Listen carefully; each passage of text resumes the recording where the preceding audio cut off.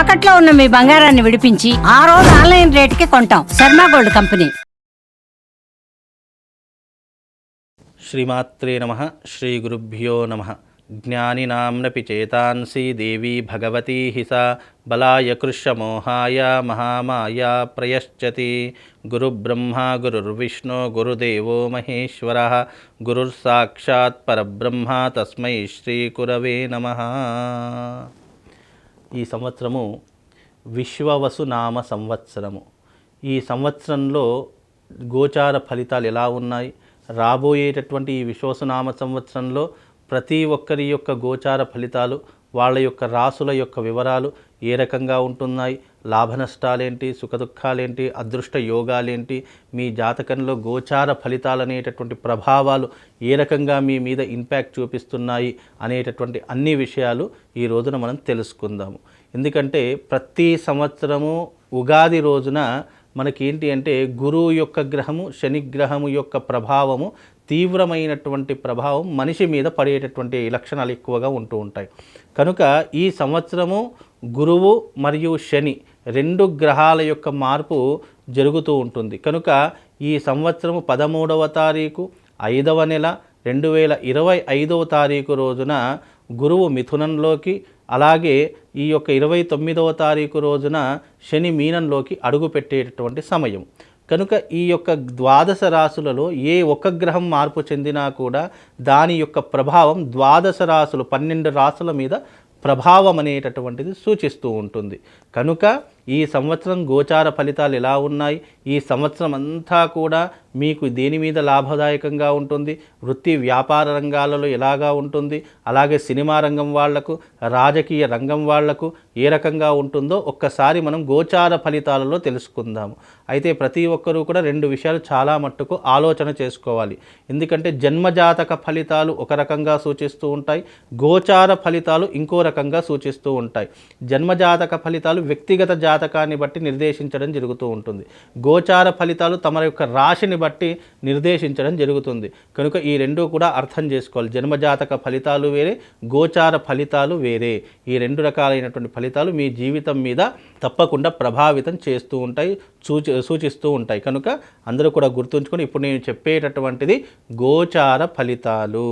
గురువు యొక్క మార్పు వల్ల, శని యొక్క మార్పు వల్ల, రాహు కేతువుల యొక్క మార్పు వల్ల మనిషి మీద ఎలాంటి ప్రభావం ఉంటుంది, ఏ రాశి ఏ స్థానంలో ఉంటే మీ రాశి నుంచి గురువు కానీ శని కానీ ఏ రాశిలో ఉంటే ఎలాంటి ప్రభావం ఉంటుందో తెలుసుకునేటటువంటి ప్రయత్నం ఇప్పుడు మనం అందరం కూడా తెలుసుకుందాము. శ్రీమాత్రే నమః. శ్రీ గురుభ్యో నమః. ఇక తదుపరి రాశి ధనస్సు రాశి. ఈ సంవత్సరం ధనుస్సు రాశి వారికి ఎలా ఉండబోతుంది, ధనుస్సు రాశి వారి యొక్క గ్రహ ఫలితాలు, గోచార ఫలితాలు ఎలా ఉన్నాయో ఇప్పుడు మనం తెలుసుకుందాము. ముఖ్యంగా ధనుస్సు రాశి వారికి ఈ సంవత్సరం గురువు చాలా లాభదాయకంగా ఉన్నాడు. కానీ అర్ధాష్టమ శని అనేటటువంటిది నడుస్తుంది. అంటే 4వ స్థానంలో శని సంచారము చేత కొంతవరకు ఇబ్బందులు కలుగుతూ ఉంటాయి. రాహువు కూడా 4వ స్థానంలో ఉన్నాడు కాబట్టి కాస్త ఇబ్బందులు, అంటే గురువు బాగున్నప్పటికీ కూడా కొంతవరకు ఇబ్బందులు కలిగిస్తూ ఉంటాడు. ఎందుకంటే ఇక్కడ గురువు 7వ స్థానంలో ఉన్నటువంటి కారణం చేత కార్యసిద్ధి కలుగుతుంది. శారీరక బలాన్ని పుంజుకుంటూ ఉంటారు. అందులోనూ సౌఖ్యము, ఆరోగ్యము, కుటుంబంలో సంతోషము ఇవన్నీ కూడా ఏర్పడుతూ ఉంటాయి. అందులోనూ ఈ సంవత్సరము ముఖ్యంగా అధికార సందర్శనం కలుగుతుంది. అంటే మీ పై అధికారులను మీరు తప్పకుండా దర్శించుకునేటటువంటి అవకాశం ఉంటుంది. సంపూర్ణమైనటువంటి ఆనందం అనుభవించేటటువంటి యోగం ఏర్పడుతూ ఉంటుంది. డబ్బు సంపాదనలో కానీ, లేదు అంటే వృత్తి వ్యాపారాదులలో కానీ ఎలాంటి ఇబ్బందులు ఉండవు. కాకపోతే అర్ధాష్టమ శని ప్రభావం వల్ల గురువు ఇచ్చేటటువంటి ఫలితాలు ఏవైతే ఉన్నాయో అవి కొంతవరకు జరగకుండా ఆటంకాన్ని కలిగించేటటువంటి వాడు శని భగవానుడు అవుతాడు.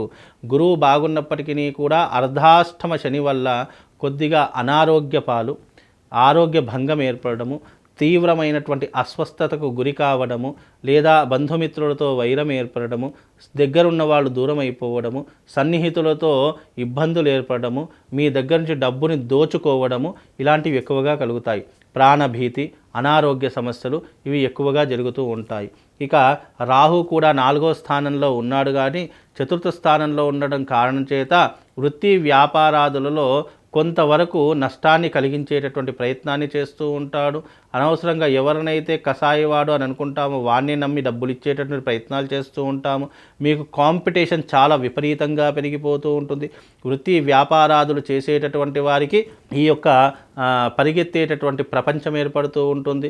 భవిష్యత్తులో మీకున్నటువంటి ఆనందము, అలాగే మీకున్నటువంటి డబ్బులు ఇవన్నీ కూడా పరుల పాలయ్యేటటువంటి లక్షణాలు ఏర్పడతాయి. కనుక వీలైనంత వరకు ధనస్సు రాశి వారు కాస్త జాగ్రత్తగా ఉండే ప్రయత్నం చేయండి.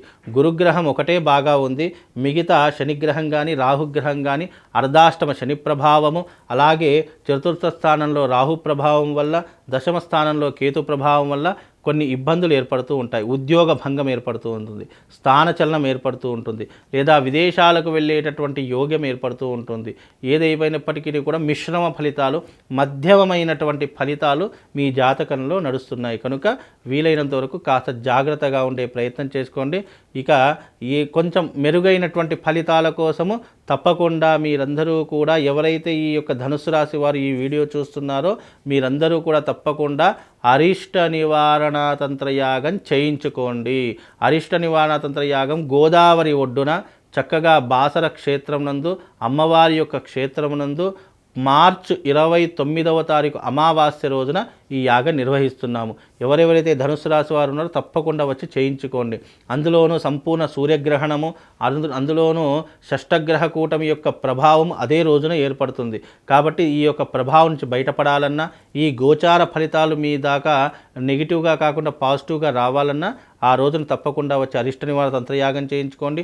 ఆ రోజున మీకు అవభృత స్నానముతో పాటు మీకు ఆ రోజున శివశక్తి స్ఫటికలింగాన్ని కూడా మీకు అందిస్తాను. కాబట్టి తప్పకుండా ధనుసు రాశి వారు ప్రతి ఒక్కరు వచ్చి ఆ యాగంలో పాల్గొనండి.